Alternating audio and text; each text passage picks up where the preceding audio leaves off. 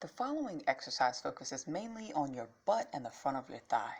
You're going to begin standing holding dumbbells with your palms facing the outside of your thighs. But you'll be standing next and in back of a step or a very small chair or a stair if you have one. Place your foot of the inside leg both on and to the front of the step. This is your staggered starting stance. Notice the cones in a staggered position. Place your inside foot on the step. Push down on that foot, leaning forward slightly, then step up and laterally onto the step with your other foot. To step down, lean slightly forward on the first foot placed on the step and back down with the outside foot. Keep the first foot on the step at all times. Repeat.